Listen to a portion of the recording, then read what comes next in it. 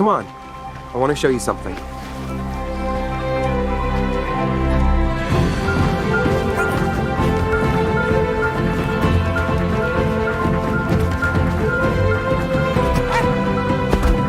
Hang on.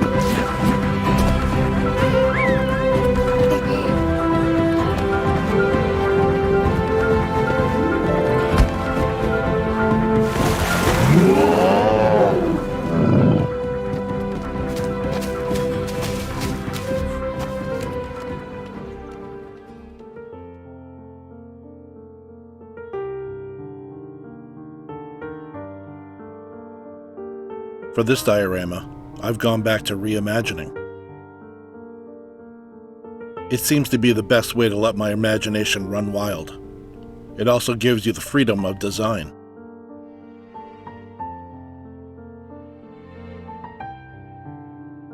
Grogu has a tough decision to make. Train and become a Jedi, or stay with his friend the Mandalorian and learn their ways. In canon, it shows Din Djarin bringing Grogu to a world where Luke is starting his Jedi Academy. But what if Luke started his new Jedi Academy on the world of Coruscant, at the Jedi Temple?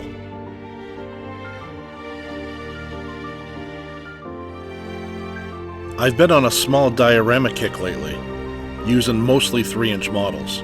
I upsized for this one and went 6-inch tall. This easily was the biggest diorama I've done.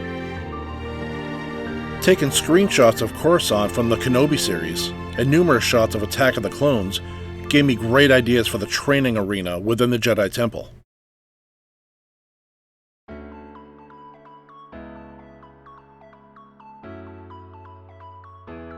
Starting with the frame, 5/8 pine boards cut to make the outside shell. I then made dado cuts along the sides and the bottom toward the back to place a background shot of the cityscape of Coruscant. Intentionally blurring the picture to show depth proved to work out well. Matte black spray paint for the outer shell, a soft flat gray for the exposed section inside. I began the massive amounts of graphic design with Lightburn, and then making the cuts with the X-Tool 5-watt laser. The arena floor was my focus, and the first cuts. A simple bullseye pattern cut out, individually, then painted all separately before reassembly. A great tight fit. I wanted to show off the grandiose and wealth of the Jedi Temple by simulating marble with basswood. I did a lot of research and went through many experiments before I got this to look real. I think I pulled it off well. I took 3 different shades of gray for one section, and then 3 different shades of brown for the other section. Each section I blurred and smeared the colors wet and then dry brushed. Then using a tiny feather, I took some black paint and drew in marble veins. Sprayed water lightly over the top, blended the veins, and repeated the whole process 3 or 4 times before I got what I wanted. For the columns, a similar technique using wooden dowels and a fir baluster.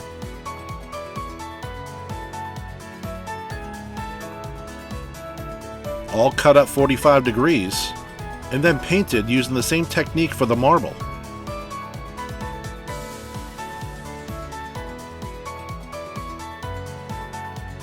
I didn't document the process, but I used a 2-part epoxy resin for the training floors and for the columns.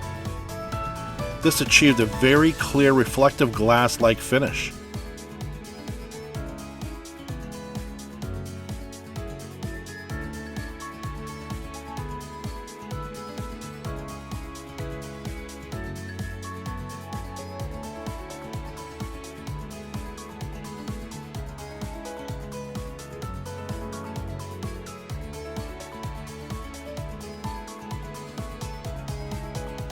I was looking for a catwalk-like hallway to the left and to the right of the arena floor. For the floors, I wanted inlays of gold surrounded by tight blue plush carpet. I was able to find a jewelry box suede. I used 3M spray adhesive over basswood and a tight mesh screening from a static grass applicator to dispense the blue flocking. I was able to cut out the inlays and the Jedi logo individually and paint them before reassembly. This gives you extremely smooth paint lines between colors. I wanted an overlook to the right looking over Coruscant, and a doorway to the left going into a formal training room prep area of sorts. The door was another simple design with a keystone and pilasters, lined with gold, and then the control panel installed for opening and closing the door. Obviously for show, not for function. Using frosted acrylic, I made 2 long vertical windows above the door for light to pass through.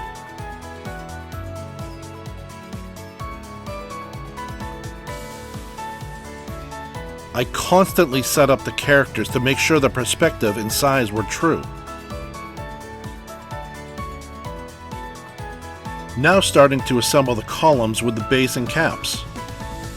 I placed a marble arced oculus over the columns, later to add a lit Jedi logo and track lighting.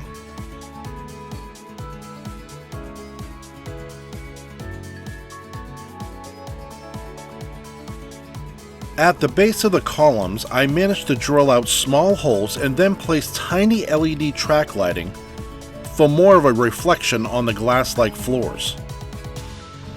There are buildings to either side of the training arena. I cut out numerous rectangles and painted them different shades of reds and dark reds to show differences in materials used while building.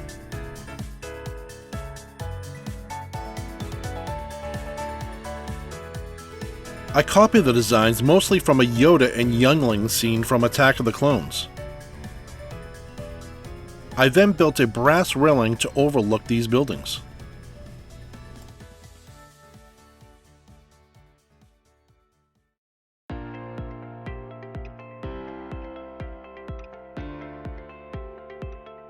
Over the years, I've saved all the lightsaber hilts from different characters I've collected. Never had a purpose until now. I used them all.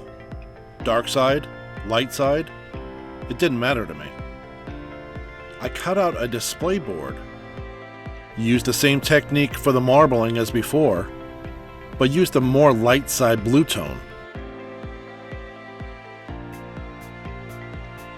Then delicately mounted each lightsaber in random patterns.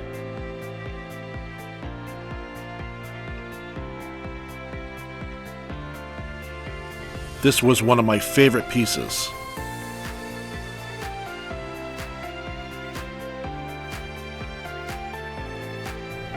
This was almost a selection wall for new Jedis wanting to create their own sabers.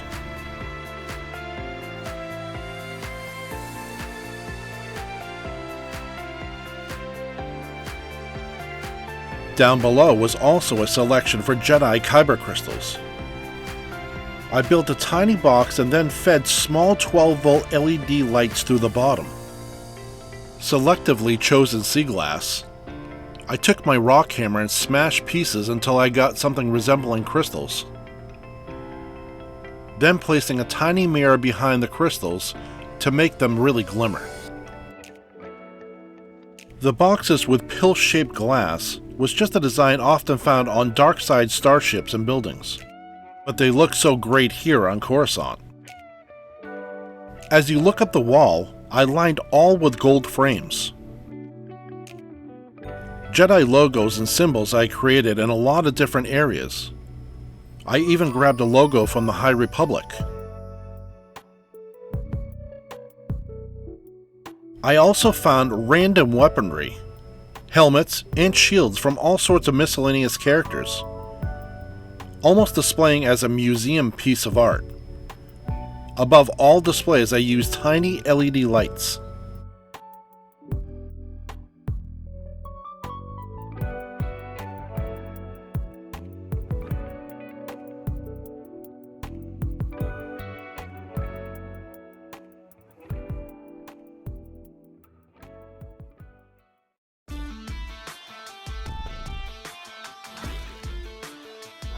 To wire up this diorama, I basically use contact splicing wire connectors, 28 gauge wire, and voltage regulators all funneled down to one simple USB hub. Watch those wattages on the voltage regulators and use resistors anywhere you can. Start low and work it up. Most of the 12 watt LED lights had resistors built in. Unfortunately, I had to install resistors on the 3 watt LEDs or they would blow out easily. LED strip lighting on the sky, floor, and the back of the columns was plenty enough to light the remainder of this dio.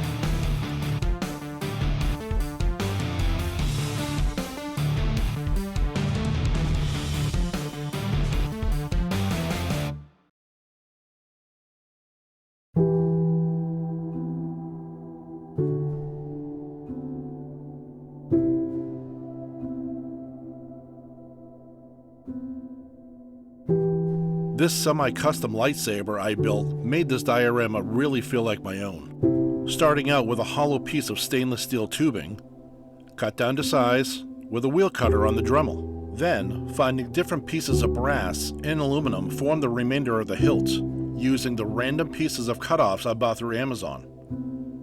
I then took thin, solid strand electrical wire to form the rest of the hand grip.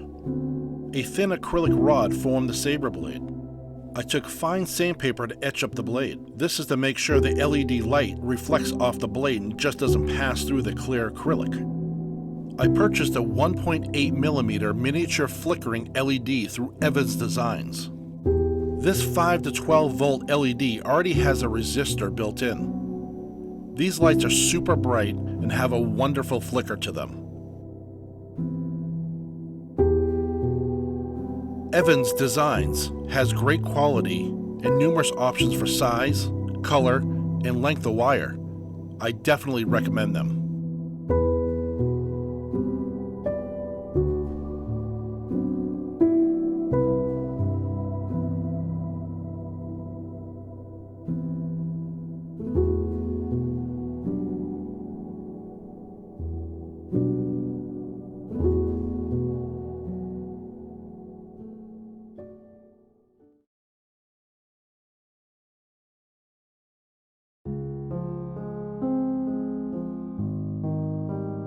I used a blue textured fabric for drapery around the columns, for more of a regal look. This really spiced up the training arena. Gold wraps around the columns finished them off nicely. The passage door got a light and control panel up above. The only place I actually used a warm light. It gives a nice offset to the bright daylight LEDs that I use elsewhere. Greenery and foliage was the organic touch that brought this diorama to life. Just a small touch, but spoke volumes in design. Finally, the moldings and logos to cap off the top. Then finally placing the backdrop of the cityscape of Coruscant. So much depth to this rather large diorama. Couldn't be more satisfied. A rather quick 2-week venture. I hope you enjoyed the making of.